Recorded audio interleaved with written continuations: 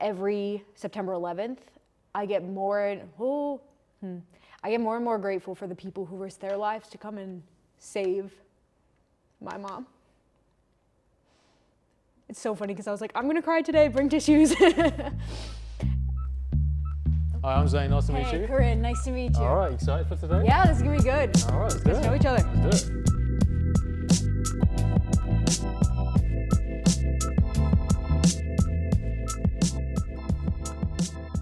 All right. Ooh, tell me about a moment you truly felt alive. That's a good one.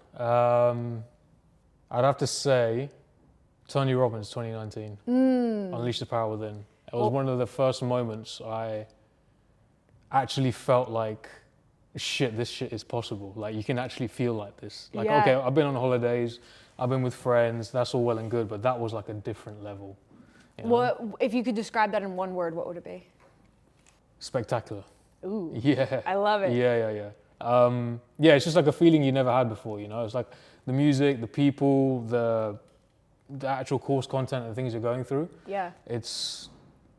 I've never felt like that before. All right, so tell me about a moment you felt truly alive. Oh my gosh. A moment where I felt truly alive. I don't know.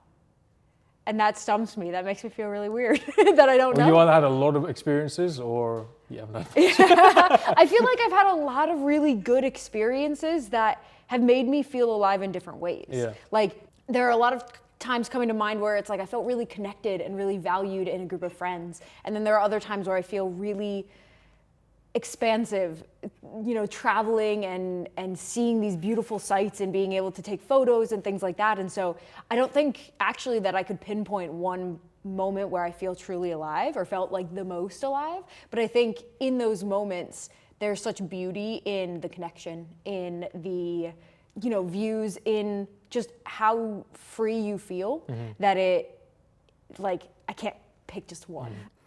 What's the one question you've always wanted the answer to? Always wanted the answer to. I would love to learn about how my parents' relationships were with their parents and how their childhood was.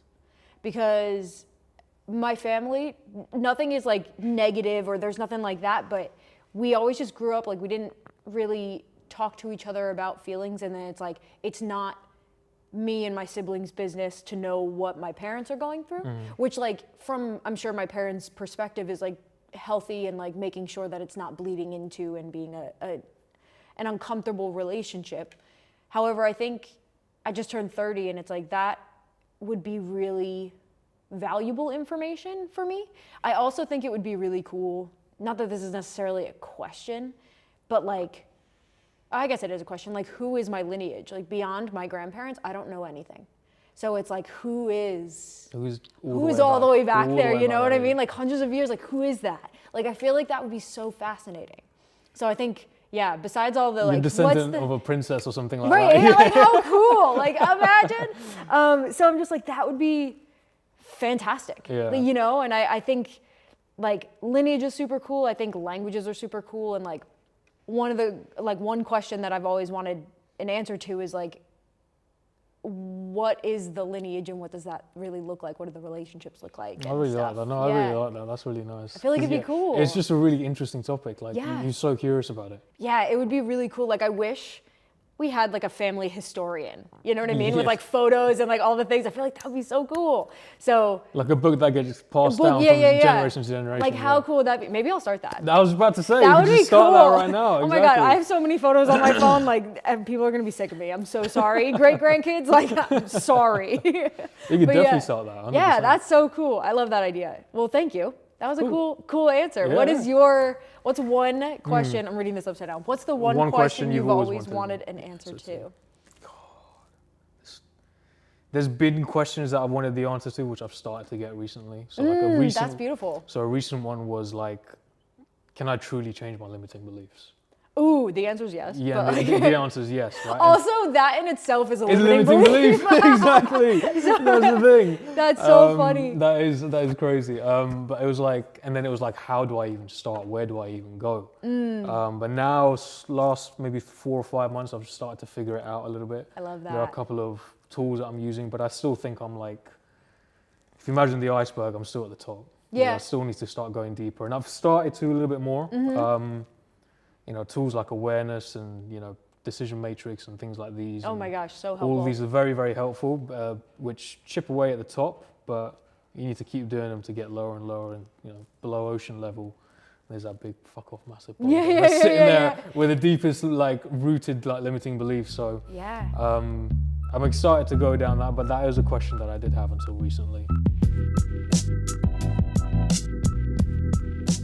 What's one thing you would say to a person who broke your heart? I gotta think about that for a sec. I don't know.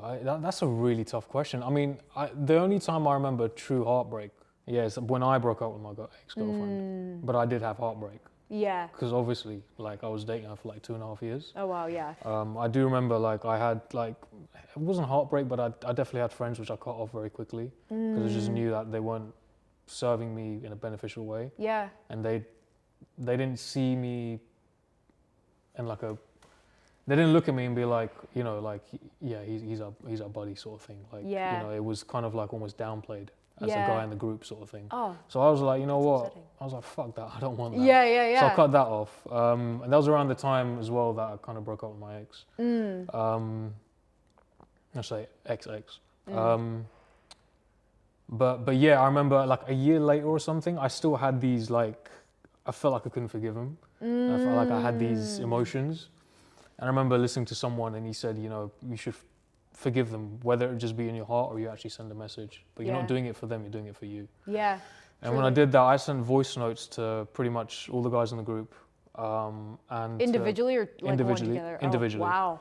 Good for And you. that was hard every time I was doing it. It was shit. 2-minute voice note. Yeah. And then I sent one to my ex-ex. And yeah, I remember the responses were all good. Were actually all good. Two people didn't reply. 2 people replied positively. This is Okay. out of the group. And then one guy had an issue with what I said. Okay. And I mean, I kind of gave in and went back and forth a little bit with him. But yeah. at the end of the day, I was like, that's not even worth my time. He can't even accept an apology, or I'm asking for forgiveness and I'm forgiving him. Because I basically said in the voice notes, will you forgive me for what I did? I forgive you for whatever, I feel like you did to me. And everyone's chill with that, but he wasn't. So I was like, well, that's on him now because I've done my bit. Exactly. And I felt free. I never thought about him again afterwards. Yeah. And if ever he did pop into my head, I was like, I didn't feel this emotion. It was just a thought without the emotion. And I knew that I did something right. Yeah. With my ex, she was like, there's nothing between us. I've learned a lot about our relationship, this, that, and the third. So I guess to answer that question, I kind of already, in a way, done it. Is it? It's what would you say to the person? What would you say to the person trying? Yeah, that's kind of what I kind of did in a way. Just ask for forgiveness and forgive them. And I think that that's the biggest thing is not having that resentment connected to it. For me, I think forgiveness and the thank you, they're not the same, but they ride together. You know what I mean? So it's and the respect of it being thank you for respecting me enough to end it now than later, and giving me my time back and you giving yourself what you need in this situation, but also then being able to cut that emotional tie with the forgiveness for sure. That's huge. It's good, right? Go team. This is hard stuff to do, but we did it. Tell a story of a time you loved someone and they didn't love you back. Okay, so this is actually weird because I don't think I've actually ever fallen in love. So I don't think I could answer the question in that regard, but someone that I loved, I love all of my friends. I have love for all of my friends. And I think that it's not necessarily a story, but what we were talking about before of you just grow apart from your friends. I have one friend who I don't want to grow apart from, but just naturally we are growing apart. And the way that I show love and share love is taking, time to always catch up and send gifts and things like that. And she's never really been reciprocal of that. But recently, it feels like there's not even an intention to reciprocate. So I think that would be a time, I guess not necessarily a story, it's just over time, you grow older and your priorities change, and friendships change and you're in different literally areas of the world. So like obviously you're gonna have different lifestyles and things like that. But yeah, it kind of feels like I love her and the relationship, like our friendship, more than she does. And I think that that's really hurtful sometimes. So yeah, I would say that would be a story of a time where Yeah, someone yeah. loved, or I loved someone, they didn't love me back type of situation. So what would you say?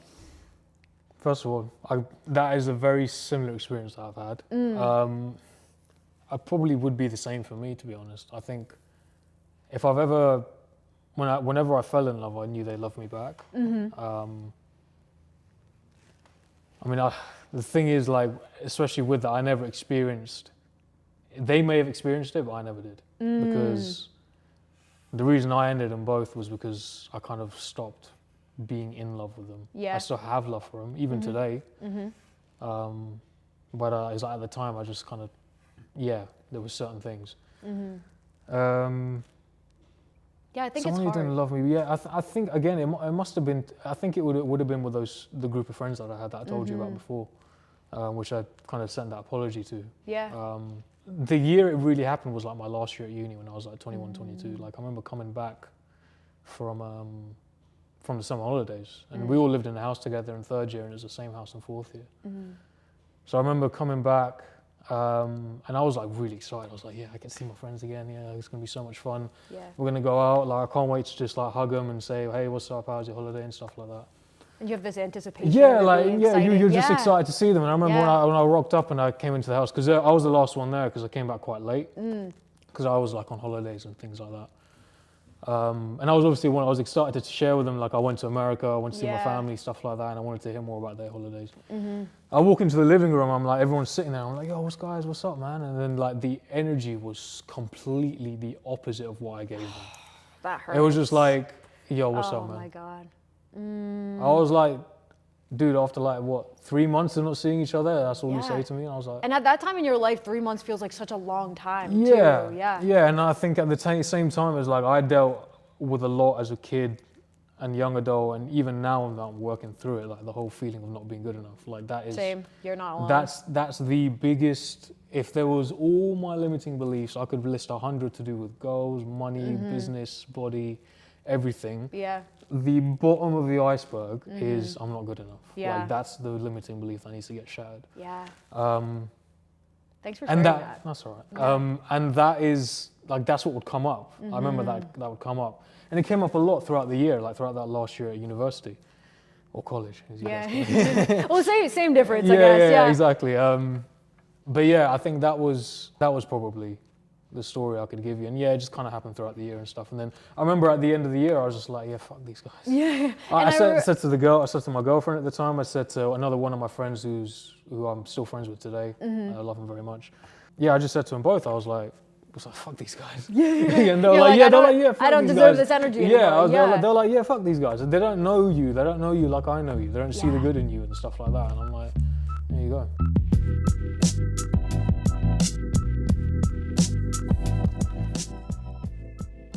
Ooh, okay.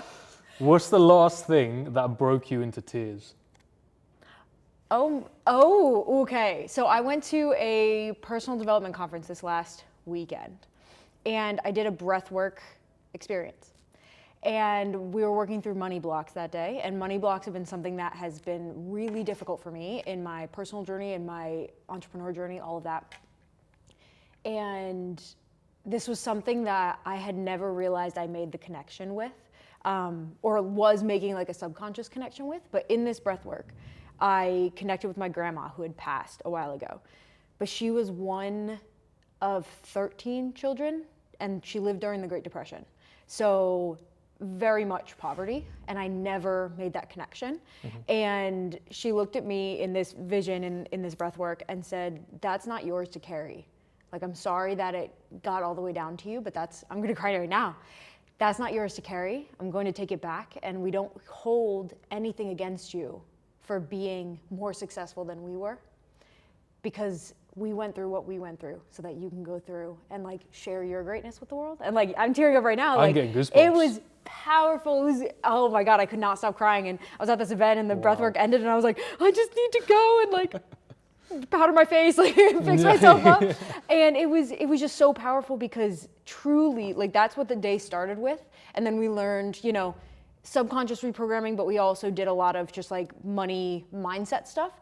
And I've heard everything before, but it all hit differently because of that. And when I look at the tie that I had there, and I've always felt really connected to my grandma, I was just like, whoa, that changed everything for me. I didn't think that I was holding so much guilt around outperforming my parents and my grandparents and everybody else. You didn't think you were holding enough guilt? No, I didn't think I was holding any guilt around it. Oh, you didn't? And I was holding so much guilt. Oh, right. And so that's like what I think. So you weren't even aware of it? Yes. And so like making that connection and then having that said from my grandma to me and then being brought aware of the guilt, having it be released, and then allowing myself to like open up was just powerful. Yeah. Oh my gosh.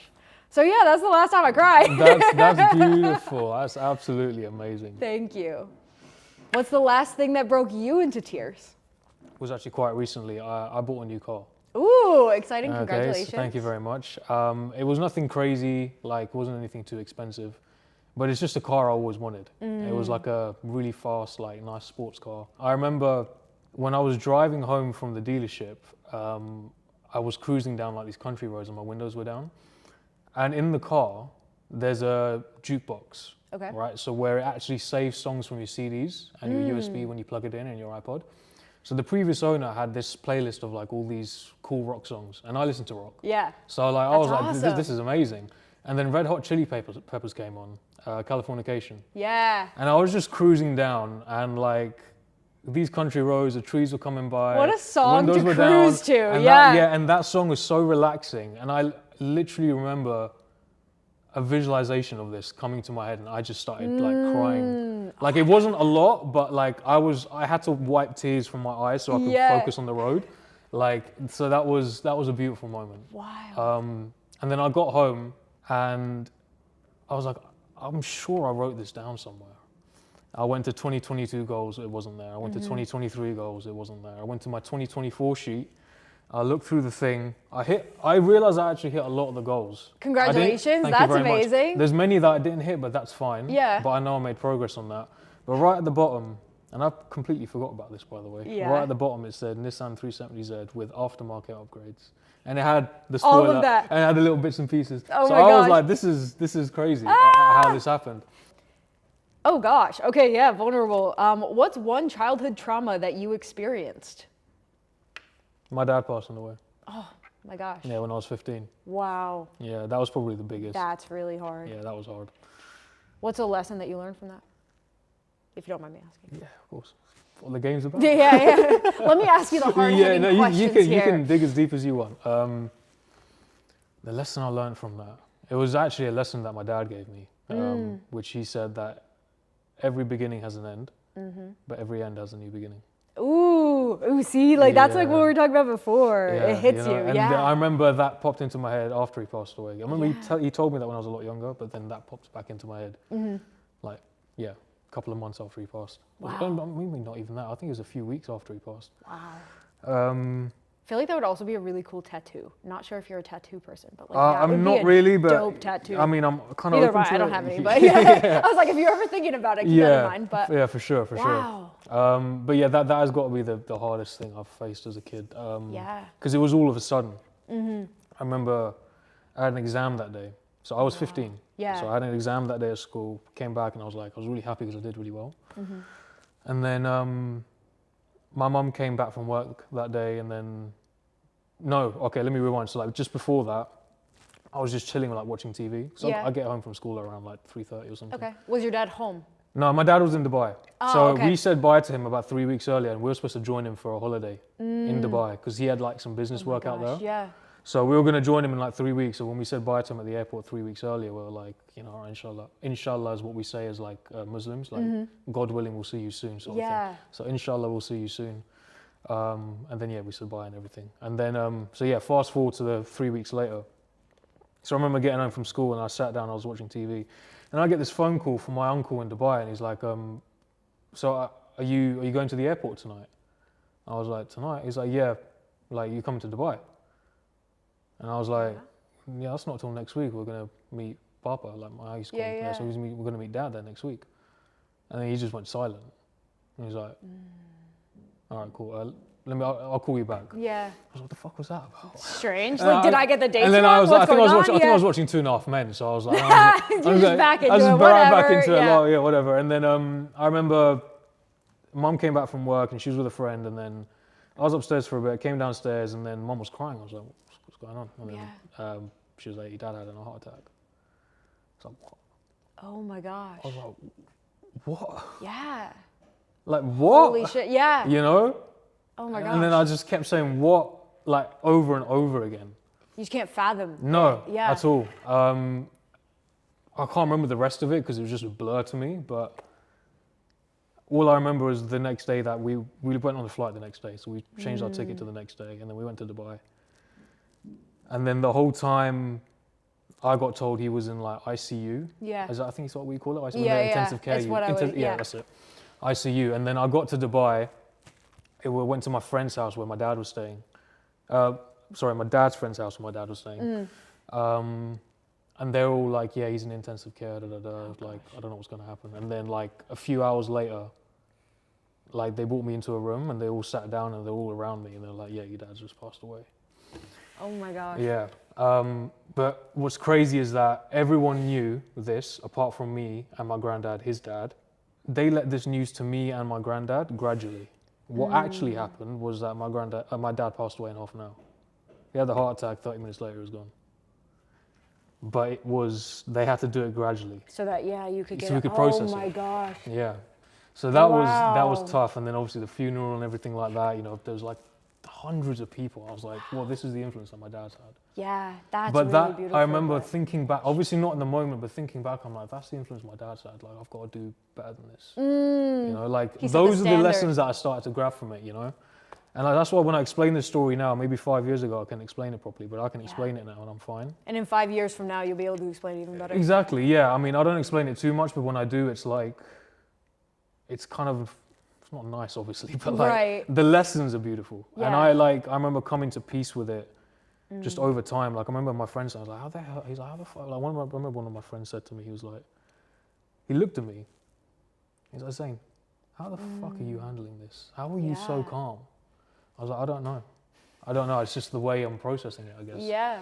Because I just chose, like, look, you can go down the rabbit hole of, why does this happen to me? Why did this happen to me? Why him? And play the victim almost. Exactly. Yeah. But I'm like, no, let me pick out some of these lessons. And then over time, you start picking out, right, this happened for a reason. It can't be a bad reason. So let's move forward. And obviously the help of my family helped a lot with that. So yeah. Wow. Thank That you for was- sharing. yeah, and I it's think alright. that like the way that you had dealt with it says a lot about who you are as well and like your dedication to your growth and whether it is like I'm gonna outdo dad or it's like carrying on his legacy, like I Yeah. think that that's really beautiful however you decide to move forward with That's that. it. For That's sure. it, 100%. Beautiful. Thank you. Oh my gosh. Let me ask you then. So All what's right. one childhood trauma that you experienced? So I'm like tangentially related to the trauma, but in New Jersey, where I'm from, I am 14 miles, 12 miles outside of Manhattan. And so like from the end of our street, you can see the New York City skyline, like pretty far away, but like you can still see it. We're close enough. And my mom used to work in the city and she was in the city on 9/11 down the street. And so I was 6 at that time, almost 7. I was in first grade. But we're close enough that the sky above us was black. And so they congregated all of us into this multi-purpose room. So it's like the middle of our school. There's like it's like an auditorium, library, computer lab type, like all in one. Got every child in the school there. Closed all the windows, closed all the doors, and then just put on a movie and one by one, like kids were being taken home. And we were like, okay. And so I was always going home with either my friend Harrison or my friend Kate. And that was normal because my parents, I don't know where my dad was that day. Maybe he wasn't working in the city at that point, but my mom was definitely working in the city. And they both worked. So either my friend's parents would pick me up and drop me home because my grandma lived with us, she couldn't drive, or I'd be at my friend's house. And I remember Harrison's mom picking me up and Kate's mom picking her up. And I was like, I want to go to Kate's house. And they're like, okay. And so like I went to Kate's house. And this actually makes no sense when I think back to it. Her parents didn't really let us in the house, so we played out in the backyard. But we didn't think anything was wrong because they're like, oh, it's just like a cloudy day. It's like rainy, whatever. And every time we came to the house, they covered the TV and they're like, your mom's okay, it's fine, your mom's okay, like don't even worry. And I was like, what are you even talking about? Like I don't know, I'm 6. I don't know what's happening. We're outside digging in the dirt. Literally we're like, we're gonna dig a hole to China. Like there's like this like 4-foot like hole in her backyard. And we're just digging. But we kept going in and out and the mom was like, yeah, like no, like your mom's safe, you're fine. Like you don't even look at the thing. And I remember she went to the bathroom and so I snuck a peek at the TV and it was when this reporter was speaking about the first tower attack. And then I just saw the second one crumble behind them and I was like, I don't know what this is, but like something is serious. And so ultimately, I think what they said was, or like I made the connection that like that's New York City and my mom is there. So like we kind of had a little bit of a conversation of like, you're staying here until we bring you home, but don't even worry, we'll be in contact with your mom, like it's fine. So what I remember is like, I don't know if you ever played outside when you were a kid and saw like on leaves, there'd be like these little eggs and they're like spider eggs. Yeah. So like obviously disgusting, but like from like an adult perspective, but as a kid I was like, oh my God. And so I remember getting home and I don't remember if someone dropped my mom home. Like I remember getting out of the back of the car and my parents were both in the front of the car hugging and my mom was like sobbing. And I remember trying to give her this leaf being like, Mom, like look what I got for you. And she's like, I don't want it, like blah. And I was really upset. And then later on, obviously I found out it was 9/11, my mom escaped. Like the towers were here, she was here. Like she was literally down the street, escaped. And so that in the moment never really had an effect on me. But as I've grown older, every September 11th, I get more and more grateful for the people who risked their lives to come and save my mom.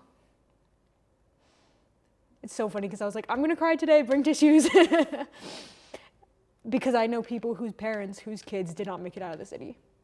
And we actually met later on people in Florida whose dad volunteered for FEMA that day to take a boat all the way up to New York to save people. And there were people from like down the shore, down the whole East Coast that like brought their boats and were like, I won't be able to live knowing that I have a boat that I can get people out with.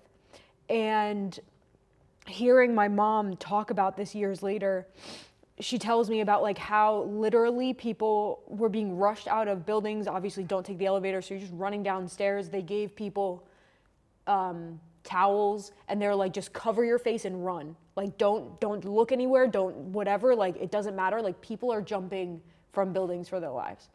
And being able to hear that so many people came to save them and my mom got off of a boat because all of the trains, I guess, weren't working and wouldn't have been safe.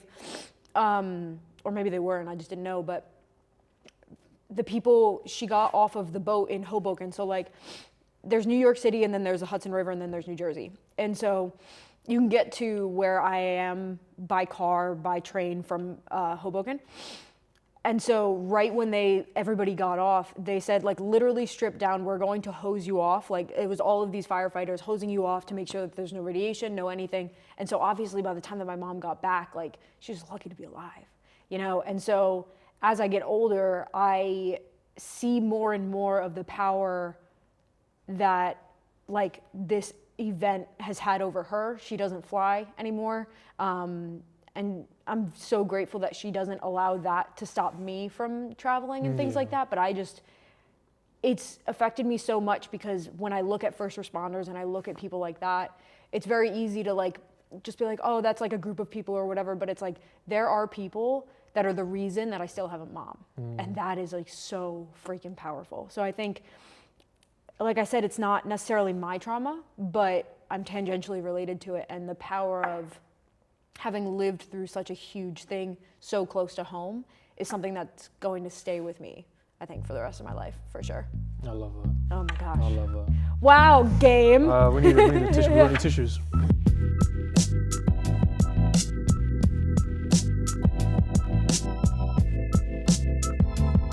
Ooh, what? Who broke you? I've seen this on Instagram. There's situations that broke me. There's never people that just broke me down like that. Yeah. Obviously my dad passing away, that broke me. I broke myself in many ways unintentionally. Doing some dumb shit. Should I mention this one? I don't know if it should be shared on YouTube. I'm just wondering if I'd ever be let back into the US again. No, I'm joking. It was. I mean, it broke me like for the time being, and it's definitely affected me. Might as well share it. Yeah, might as well. So I'm scared now. yeah, it's not that crazy, and but essentially, I was in America 2018. I just graduated from university, so my cousins came to my graduation party from America, from Houston, to surprise me. So I was like, this is absolutely, two of them, they're absolutely amazing. Love them to pieces. So they surprised me, and then they said like a couple of days later, do you want to come back with us? I was like, yeah, screw it. Like, I'm not doing anything in the summer. Yeah. So let's go back. So I went back with them, went for 3 weeks, had a great time.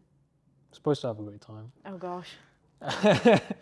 So one of my cousins, everyone's going to be anonymous in this, but one of my cousins, I don't know if he still smokes weed, but he used to smoke weed. And we would smoke weed pretty much, I think we smoked weed every night the night I got there. And this was like the fourth night, and the day before, we hotboxed the car Oh my gosh. he was in, like the car he drives. The day afterwards, 2 days afterwards, we're at my auntie and uncle's house. We're all together having dinner and stuff. And then because I have like 3 aunties, about 10 cousins, all in Houston. It's like there are like 4 different houses. Big family, Yeah, yeah. big family. So I was going around one of my cousins that night, one of the cousins who came to the graduation who traveled to England. I was going around their house, and me and my other cousin, who we got high together with, we're gonna go with them as well, just to spend the night. So I was gonna go in my cousin's car, not the one I smoked weed with, but the other cousin, because she wanted me to ride with her, just to go straight to the house. But I was like, hold on a minute, I left something at my other cousin's house, at his house, which is just literally like a 5-minute drive down the road. Let me just go pick that up, and I'll just meet you guys at the house. She's like, no, it's all right. I was like, she was like, what is it? And I was like, oh, it's just like, it's like my toothbrush or my sleeping suit or something like that. Yeah. She's like, oh, just don't worry about it. Like, my husband, I'm not going to mention the name, so I was like, yeah, my husband's got clothes you can wear. It's not a problem. I was like, no, it's all right. I'll just go get it. It's not a problem. I can chill with my other cousin in the car, because the new Travis Scott album came out. Oh gosh, okay, yeah. So I used to love Travis Scott back in the day, and I still listen to him now and again, but we wanted to jam with it in the car, so I was like, yeah, I'll ride with him, it's cool. She's like, Yeah. you sure? I was like, yeah. She tried to pull you out. And damn, it's like she knew, because we got in the car, and my cousin's like, all right, you go pick up your stuff, but I need to pick up something as well. I was like, what are you picking up? He's like, bag of weed. I was like, dude, we smoked like 4 days in a row. Like, we lay off of all night. He's like, no, I want to do it. I was like, all right, fine, just go grab your shit. I'm going to grab mine. We get in the car, we drive, and like, we're chilling. We're listening to Sicko Mode and rapping it and things like that. It's about a 20-minute drive to my cousin's house. And now my cousin's house is in like this newly developed area, and it's got like a roundabout with like a fountain and stuff.